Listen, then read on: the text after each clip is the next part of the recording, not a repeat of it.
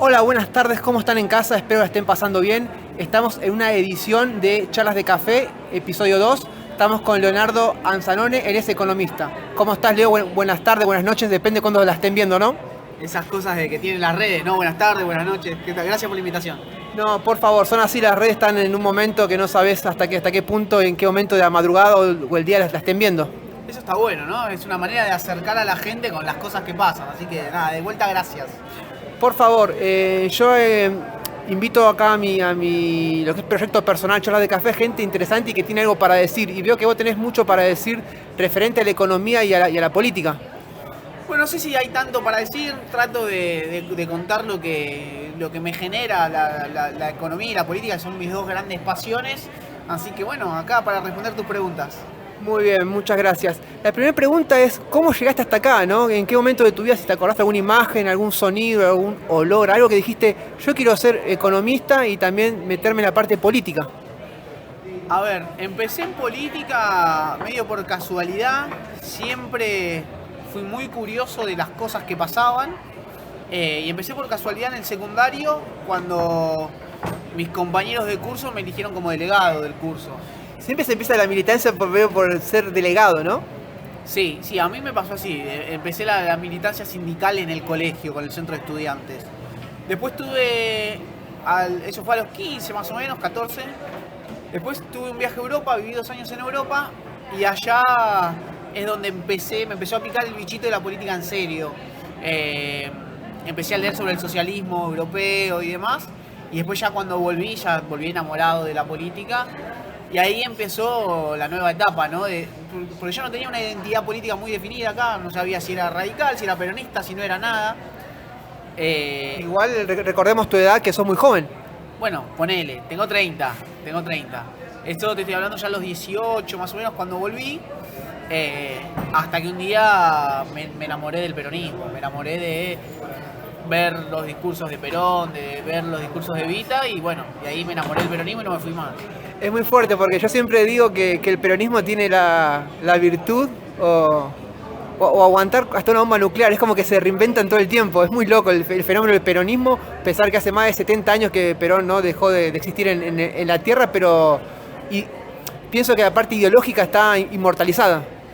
Sí, sabés que cuesta mucho explicar el peronismo fuera de Argentina. Esa frase la escuché, puede ser en la tele o alguien, o capaz que a vos mismo. No sé si a mí, pero es cierto, porque vos en general tenés en los países de centro, los países más importantes, digamos, entre comillas, siempre tienen un bipartidismo, pero es muy difícil explicar lo que el peronismo representa en Argentina. Para mí representa aquellos valores que debería tener cualquier político, que tiene que ver fundamentalmente con la búsqueda de la justicia social.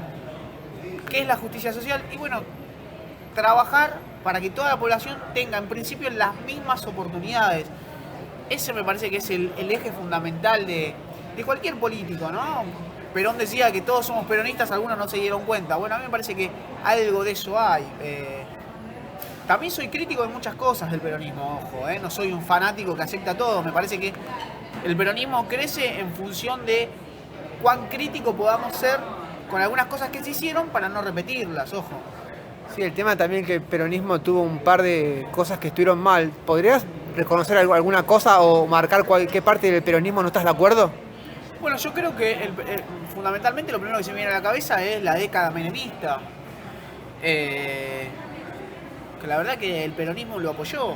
Entonces, eso es lo primero que se me viene a la cabeza, eso no podemos permitirlo. Después, ciertamente, yo una crítica muy severa que hago es, por ejemplo, el peronismo gobernó la provincia de Buenos Aires los últimos 30 años. O se gobernó la provincia de Buenos Aires en nombre del peronismo, y hoy la provincia de Buenos Aires tiene una pobreza muy arraigada. Hace poquito veíamos las inundaciones. Lo de la matanza. No solamente matanza, digamos. Toda la provincia de Buenos Aires tiene problemas. Entonces me parece que en nombre del peronismo se llevaron políticas adelante que dista mucho de lo que Perón nos escribió y nos dijo. Esa es la crítica que puedo hacerle. También es cierto que con el peronismo de los últimos años hubieron muchos déficits, pero también el peronismo consiguió derechos muy importantes para nuestro país, que es, por ejemplo, la asignación universal por hijo, ¿no?, del último gobierno. En el periodo de Cristina fue eso. Sí, Yo lo valoro porque yo nunca fui kirchnerista, pero me parece que ese fue un logro muy importante, de los logros más importantes de nuestra historia, y un logro que va a trascender y corta transversalmente a la historia argentina.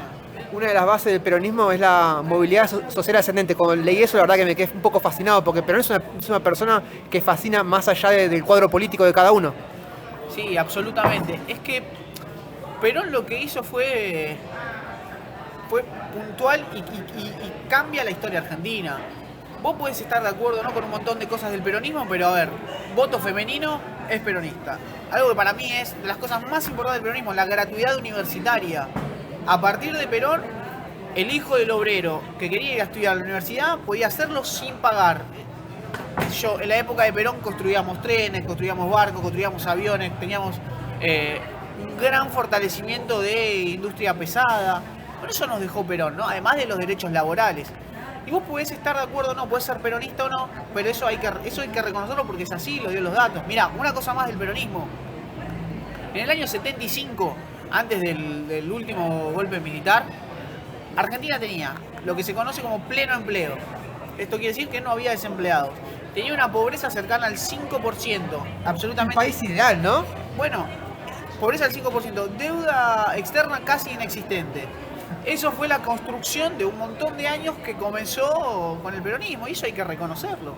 Bueno, tiene también su parte positiva. Aparte, yo también he escuchado algunos discursos de Perón y la verdad es como que te mete esa pasión, como salvando la distancia, como un cuadro de fútbol, como Boca, River. No es una locura cómo transmitía. Es una persona que me gustaría también tomar un café con él porque es una persona que vos sabés lo que es, muy fuerte. Sí, bueno, el peronismo es una cultura. Lo que pasa es que cuando a veces se dicen estas cosas de que es una cultura, aquellos que ese 30%, 35% histórico que nunca estuvo de acuerdo con Perón, interpreta lo que quiere. Pero sí, a mí me parece que junto a San Martín, Perón es las dos personalidades políticas más importantes de nuestra historia. Habría que prestarles atención y no hacer interpretaciones de Perón más allá de lo que Perón dijo. Me parece que son las dos personas más importantes y hay que prestarle más atención. La verdad que sí, Leo, y recién con lo que me dijiste se me abrió una puerta, ¿no?, en la cabeza. ¿Cómo ves el tema de los actores, actrices como que se llevan la causa muy a fondo? Ejemplo, Daddy, Nancy y Pablo Echarri, ¿no? Mirá, lo decíamos antes de grabar, a mí me gusta que la gente me cuente qué piensa, me gusta saber desde dónde habla. Sean actores, futbolistas, músicos o científicos, me gusta que la gente defienda sus ideas. Eso es lo que hicieron los actores. Pero inclusive Brandoni, por ejemplo, de la vereda de enfrente, a mí me gusta que defiendan sus ideas. A mí lo que no me gusta es la mala intención, la chicana. Esas son cosas que me parece que se pueden evitar. Pero lo mismo del periodismo. A mí me gusta que el periodista se haga cargo a mí, no entiendo el periodismo desde la objetividad. Creo que somos seres subjetivos. Entonces eso hace que cada uno tenga un posicionamiento social, cultural. Y me gusta que lo expresen. Siempre con respeto, que se defiendan esas ideas, evitando las chicanas, me parece que es positivo. Pero más allá también yo iba a lo que sería como que públicamente la gente los putea. Eso me parece muy, muy grave. Bueno, tiene que ver eso con un momento que estamos viviendo social, de mucha violencia. Lo vemos en la calle, los bocinazos, la puteada cuando vas manejando.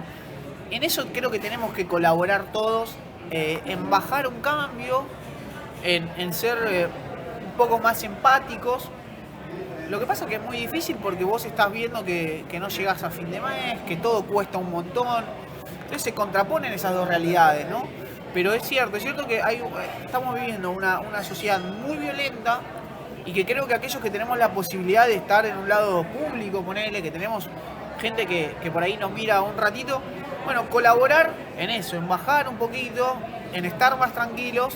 Me parece que esa es una tarea que tendríamos que tomarnos todos un poquito más en serio. Ayer, mirá, un diputado, ayer lo mismo, depende cuándo lo vean, pero digo, todo depende. Un diputado del PRO habló de Daddy y de Echarri y dijo, diputado de la Nación, dijo que les deseaba que se agarraran una úlcera. Entonces, si vos recibís eso, estoy hablando de Eduardo Amadeo. Pero igual es un cargo público, es una locura. Es como de acá tirar una bomba, porque si os llega a ver algún político o algo, podemos quedar prendidos con nuestro nombre y apellido. Vos también, todos. Bueno, por eso. Entonces, imagínate, si un diputado de la Nación dice estas barbaridades, ¿cómo le vamos a pedir a la gente de a pie que tiene un montón de más problemas que sean más racionales? Me parece que esto es importante, entender que aquellos que tenemos algún tipo de responsabilidad y que tenemos un micrófono adelante, tenemos que ser un poquito más responsables. E insisto con esto, bajar la temperatura, cuando se acerca fin de año estamos todos muy estresados. Si a eso además le sumamos la difícil situación que se vive en Argentina, es un cóctel explosivo. Hay que ser un poco más responsable. Hablando de eso, Leo, volviendo al tema de diciembre, yo siempre me pregunté y también en la cabeza, ¿no? Y nunca tuve la posibilidad de preguntarle a alguien capaz, tal vez como vos, con tus conocimientos, de por qué no llegamos realmente acá al 2001 y la gente no se comprometió tanto con la causa de salir a la calle realmente a pelear por toda la parte económica que nos quitó el actual gobierno. A ver, eso me despierta algunas respuestas. Primero, no llegaste al 2001 porque básicamente vos, en gran medida, por decisiones del gobierno anterior, tenías un colchón social. Lo que se conoce vulgarmente como los planes. Sí. Básicamente asignación universal y demás. En el 2001 eso no existía. En el 2001 si vos te quedabas sin laburo, cagaste. No había vuelta. Hoy acá vos tenés los planes, las mamás cobran asignación universal por hijo, etcétera. Digamos, es poca plata, pero es algo. Vos en el 2001 no lo tenías eso y por eso explotó como explotó. Después, ¿por qué la gente no sale a la calle? Bueno, yo creo que ha salido. Recuerdo allá por diciembre del 2017, cuando el gobierno intentó reforma previsional, por ejemplo, que hemos estado tratando de resistir eso en el Congreso de la Nación. En estos momentos, porque tuvimos la suerte, digamos, ¿por qué no pasó en Argentina algo similar a lo que está pasando en Chile? Porque tuvimos la suerte de tener las elecciones. Entonces la gente es madura, la gente argentina vivió los problemas institucionales y entendió que la mejor manera de expresar nuestro enojo, nuestro descontento, es en las urnas. Y así sucedió. El gobierno recibió un golpe muy duro en las elecciones y es un mensaje que tiene que ver de oponernos al modelo económico, pero también de oponernos al modelo político, social y cultural que estableció el gobierno. Sí, hablando del tema ese, yo tampoco sin saber tanto y analizando un poco la situación política, yo te juro que pensé que con lo que hizo Macri pensé que iba a levantar 3-4 puntos máximos. ¿Cómo ves esa repuntada del sí se puede, no?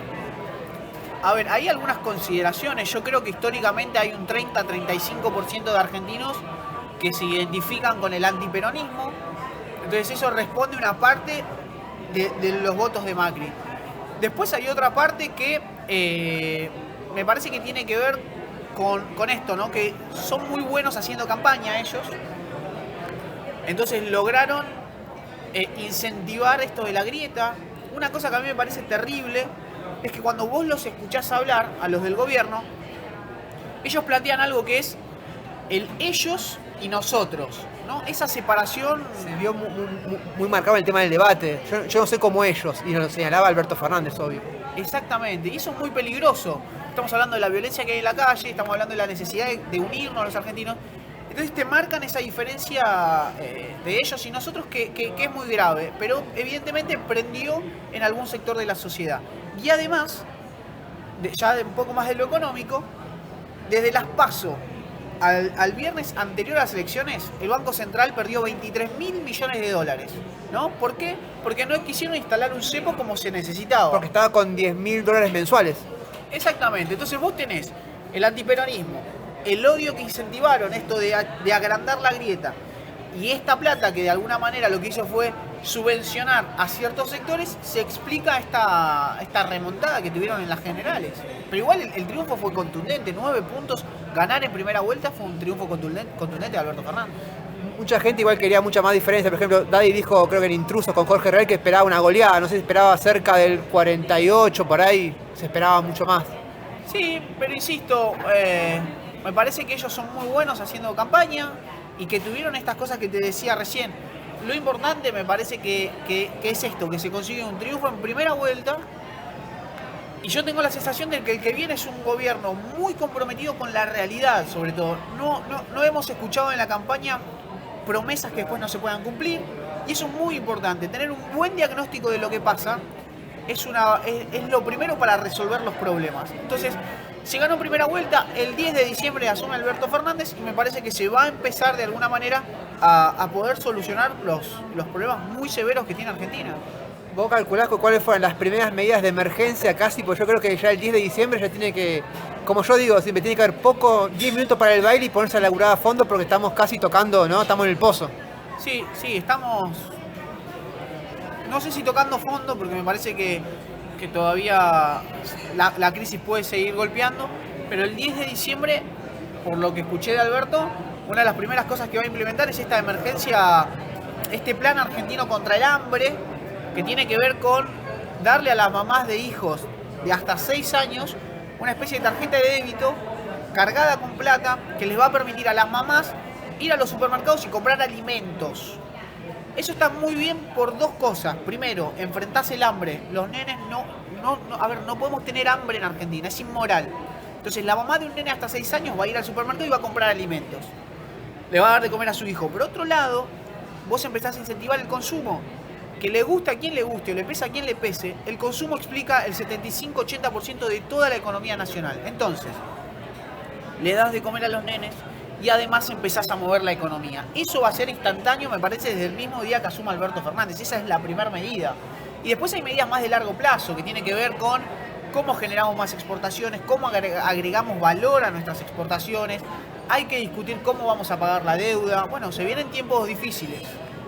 Yo también quería hacer, que hagas referencia a lo que sería el aumento de las tarifas, por ejemplo, como dijimos antes, fuera de micrófono, el de las prepagas ya está decretado el 12%, la luz el 25%. ¿Vos decís que podría llegar a haber una marcha atrás o algo de parte de Alberto?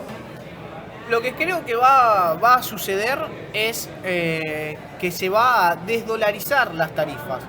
Vos sabés que en todo lo que es materia energética, el gobierno liberó el mercado y lo dolarizó. Esto quiere decir que si bien a vos la factura te llega en pesos, el costo está en dólares. Lo permitió este gobierno. Entonces por eso cada vez que hay un aumento del dólar, del tipo de cambio, sube lo que nosotros pagamos de luz, de nafta, etcétera, etcétera. Bueno, Alberto se comprometió a desdolarizarla, pagarla en pesos, que es una cuestión de sentido común. Perdón mi ignorancia, ¿no? Pero ¿cómo sería el paso, vos sos economista, el paso tipo administrativo? ¿Cómo se logra eso? Y si las tarifas van a bajar. Bueno, en principio no sé si van a bajar, lo que estoy seguro es que no van a subir. Que es importante, porque vos ahí cortás la inercia inflacionaria. Es importantísimo. Claro, hacer que las tarifas de energía no suban te frena la inflación, lo cual es muy, muy importante. Más para esta época que cada puntito suma, para que después por mes o la interanual de mucho. Sí, bueno, vos hoy vas a terminar el año con una inflación interanual cercana al 60%. Entonces, ya Alberto va a asumir el gobierno con una inercia inflacionaria muy importante por decisión de este gobierno. Y con ese tipo de medidas lo que hace es, no la va a frenar. Es muy probable que el año que viene no tengamos una inflación menor del 3% por mes, una inflación muy alta, pero venís con una inercia muy grande por decisión de este gobierno. Entonces lo que tenés que hacer es un plan consistente para ir bajándola en el largo plazo, de a poco pero bien, firme, ir bajando la inflación a paso firme. Me parece que Alberto Fernández tiene esa visión, por eso la verdad que soy optimista. Volviendo al tema del gobierno actual, ¿vos pensás que los planes económicos neoliberales en Argentina no van a servir nunca, me parece? A mí me parece que los modelos neoliberales no sirven en ningún país en vías de desarrollo. Lo está demostrando Chile. Chile era el ejemplo más utilizado por los economistas que reciben algún tipo de regalo de las academias que incentivan esas oleadas liberales, y la realidad les demostró otra cosa. La realidad es que en países donde la desigualdad es tan grande, donde los ricos tienen mucho más que los pobres, el modelo liberal lo que hace es incentivar aún más eso. Y a mí no me gusta, me parece que está mal. Tiene que ver, digamos, para mí no funciona en ningún lado. Si funcionaran los modelos liberales, se implementarían en los países ricos. Si vos te pones a ver, Estados Unidos no es un país liberal, Europa no es un país liberal, China no es un país liberal. Siempre el Estado tiene el control de la economía en cierto modo, ¿no? Es que así pasa en las superpotencias. Las superpotencias económicas tienen a los... Vos podés ver cualquier país de los grandes, cualquiera, y vas a ver que en mayor o en menor medida, pero en todos es el Estado el que dirime hacia dónde va la economía. Pero ¿cuál es la concepción? Desde las grandes universidades del mainstream invocan al liberalismo para ver cómo los grandes países pueden usufructuarlo de los países en vías de desarrollo. Pasó siempre eso. Es una cuestión que se piensa en las grandes academias para los países en vías de desarrollo, pero que ellos en sus países no hacen. Por miedo que pase algún problema como esto, ¿no? Que se salga de control todo, ¿no? Porque no funciona. Porque no hay sociedad que aguante ver que vos trabajás 12 horas por día y no te alcanza para comer, y aquel que es rico es cada vez más rico. No se aguanta, ¿no? Pero además tiene que ver con una cuestión de valores. Mi valor es que todos tratemos de tener las mismas oportunidades. Bueno, el liberalismo, viste, no, vos te dice esta cosa de esforzate ahora, sangre, sudor y lágrima, y después va a venir la felicidad. Y bueno, la felicidad no viene nunca. Ese discurso lo viene instalando acá desde los 70 y no pasa. ¿Y por qué pensás que ganó Macri, no? Esa es una buena pregunta. Creo que lo que ocurrió en el 2015 fue un hartazgo que se tuvo con el gobierno anterior, fundamentalmente en su forma de comunicar. La gente se cansó de una forma de comunicar, de que nos digan que teníamos menos pobres que Alemania, cuando sabemos que no era así. Me parece que hubo eso, hubo un hartazgo, un cansancio, y insisto con esto, ellos fueron siempre muy muy buenos en hacer campaña. Creo que ahí se puede resumir por qué ganaron en el 2015. Cuando se dice que el gobierno de Cristina mantuvo los índices todos ocultos del INDEC, ¿cómo se toma eso por vos y por los medios? No, básicamente yo creo que es cierto. Fue un gran error las modificaciones que se intentaron hacer en el INDEC con la intención de ocultar algunos índices. Está mal, no está mal, está horrible, está muy mal. Por eso se perdió también en el 2015, claro. Porque al ocultar los índices, el mercado tampoco sabe en realidad si pisaba firme o estaba en arenas movedizas, me parece. No, pero además pasaba algo que era hasta gracioso, te diría. Vos te decían, del INDEC te decía que la inflación era menos del 1% y vos ibas a comprar y las cosas aumentaban de más. Entonces, eso creo que fue un severísimo error del gobierno anterior. Y en cambio, sí creo, nobleza obliga, que fue uno de los aciertos de este gobierno, un INDEC que ha recuperado la credibilidad, y es muy necesario que eso se mantenga así en lo que viene. Una de mis teorías es que está bien la alternancia de lo que sería de gobierno, no sé si tan rotunda como la que pasó, ¿no? Pero el tema es que yo pienso, con todo respeto, que capaz que el modelo que ofrecía Cristina, capaz que se gastó. Bueno, puede ser. A mí me parece saludable el intercambio democrático, pero me parece que el modelo de Cristina terminó en el 2015. Ahora empieza otra cosa, y me parece que tenemos que ser todos muy responsables, los que estamos en los medios de comunicación, los que podemos estar en la tele, los que tenemos algún rol político, ser muy responsables en lo que viene, porque va a ser muy difícil. Y creo que todos tenemos que tratar de ponerle el pecho a lo que viene, sacar a Argentina adelante, porque no podemos permitir seguir viviendo en una Argentina como esta. Yo creo que nos merecemos una Argentina mejor que esta. La verdad que sí. ¿Cómo llegás al tema de los procesamientos de Cristina, ¿no? Que tanto se habla, que desfiló por Comodoro Pi? ¿Cómo lo sentís eso? A ver, me parece importante aclararlo. Yo nunca fui kirchnerista.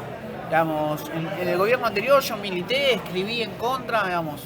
No, eso como primera medida. Después, ¿cómo lo llevo? Qué sé yo.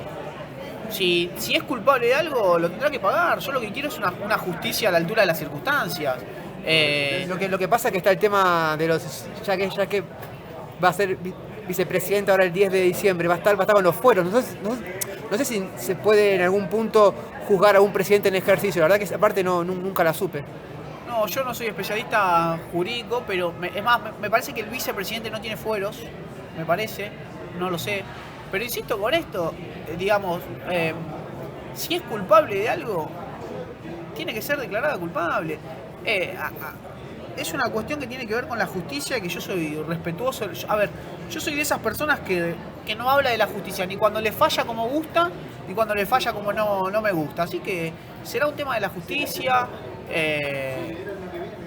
Y no es un tema que yo me tenga que meter, porque no entiendo, no soy abogado, pero me parece que la justicia tiene que ser independiente de verdad, no como en estos 4 años. Y el tema siempre de la división de los tres poderes es elemental, la verdad, para lo que es la justicia social y económica y también política de la Argentina. Vos habías contado, cambiando de tema, parte de tu militancia me interesa que vos fundaste un partido político. Sí, nosotros hace ya 3 años fundamos un espacio político nuevo en la ciudad, se llama SER. Lo fundamos con otros compañeros muy jóvenes, en su momento éramos todos sub-27, éramos jóvenes de verdad. Porque creo que la realidad se cambia desde la política, se cambia desde la participación, se cambia desde el debate. Y sí, bueno, la política es mi pasión y me cuesta a veces estar de acuerdo en todo con las grandes estructuras, digamos. No es que sea medio rebelde, pero me cuestan los dogmas. Y el tema de cuáles serían las bases en las cuales se centra tu partido, cuáles son tus pilares. No, a ver, básicamente nosotros somos todos más o menos peronistas. Me gusta la frase más o menos peronista porque en un punto toca siempre. Claro, por eso, nosotros somos casi todos o un poco más o menos peronistas. Pero lo que intentamos hacer es algo ayornado, algo que se lleve bien con las tecnologías, algo moderno. Bueno, eso es un poco SER. Y vos en el momento te pensás postular, eso lo hablamos fuera de cámara, ¿cómo sería el tema de meterse en el mainstream, no? Porque me has comentado que es muy complicado, tipo ser no digo con la parte ideológica, pero tipo un Gómez Centurión o un Esper, estar ahí frente a frente para tratar de llegar, ¿no? a un supuesto debate. Sí, a ver, es como todo, las grandes estructuras están muy arraigadas, sus formas están muy arraigadas. Pero bueno, yo fui candidato a diputado nacional en el año 2017. ¿Y qué pasó? No entraste, ¿no? No, nosotros no llegamos a pasar las PASO básicamente por esto, porque es muy difícil enfrentarse con las grandes estructuras. Ahora nosotros lo que vemos con optimismo y la verdad que con mucha esperanza es esto que se armó del Frente de Todos. Me resulta atractivo que gente que piensa distinto haya podido superar sus diferencias para conformar un frente electoral que va a seguir teniendo sus diferencias, pero me parece que en estas cosas de pensar distinto, pero poder avanzar hacia una idea de país en común, me parece muy positivo. Entonces, por esto digo que me parece que la presidencia de Alberto Fernández tiende a esto, a achicar la grieta, y aquellos que no pensamos parecido, podamos juntarnos en pos de sacar al país adelante. Muy bien, y ya para ir cerrando la nota, el tema de tu consultora me interesó, ¿cómo manejas eso? Y si alguna vez te consultó alguien conocido o gente particular. Bueno, a ver, nosotros los que nos dedicamos a la economía tenemos poco mercado, o damos clases, o trabajamos en el sector público, o abrimos una consultora para trabajar asesorando a empresas, a personas y demás. Nosotros con Consultora Valores hacemos básicamente eso, hacemos asesorías en la cuestión financiera, sobre todo a pequeñas y medianas empresas que la están pasando realmente mal. Tratamos de, con un análisis de mercado, un análisis económico, ver de qué manera pueden surfear esta crisis. Y después hacemos mucho análisis macroeconómico de las cuestiones de la economía nacional, que es lo que nos gusta, es lo que nos apasiona, y ahí hemos publicado varias cosas. Tenemos un Facebook, si alguien quiere verlo, Consultora Valores, ahí vamos publicando de vez en cuando algunas cosas que vamos haciendo. Está bueno dedicarse realmente a lo que uno lo apasiona, que es la economía y la política en tu caso. Sí, es lo que me gusta, estoy todo el día haciendo esto, porque insisto con esto que te decía antes, me parece que los argentinos nos merecemos una Argentina mejor, y la manera de conseguir esa Argentina es haciendo política. Cuanta más política hagamos en la calle, en las universidades, en los trabajos, en los cafés, cuanta más política hagamos, es más fácil conseguir la Argentina que queremos, ¿no? ¿Qué es lo que se contrapone a la antipolítica que se intentó bajar en los últimos 4 años? Así que sí, yo todo el tiempo estoy con esto. Muchas gracias, Leo, por tu tiempo. Estuvimos con Leo Anzalone, que es economista y director de la consultora Valores. Sí, siempre me cuesta el tema de la despedida. Te agradezco mucho, Leo, por tu buena onda y tu predisposición.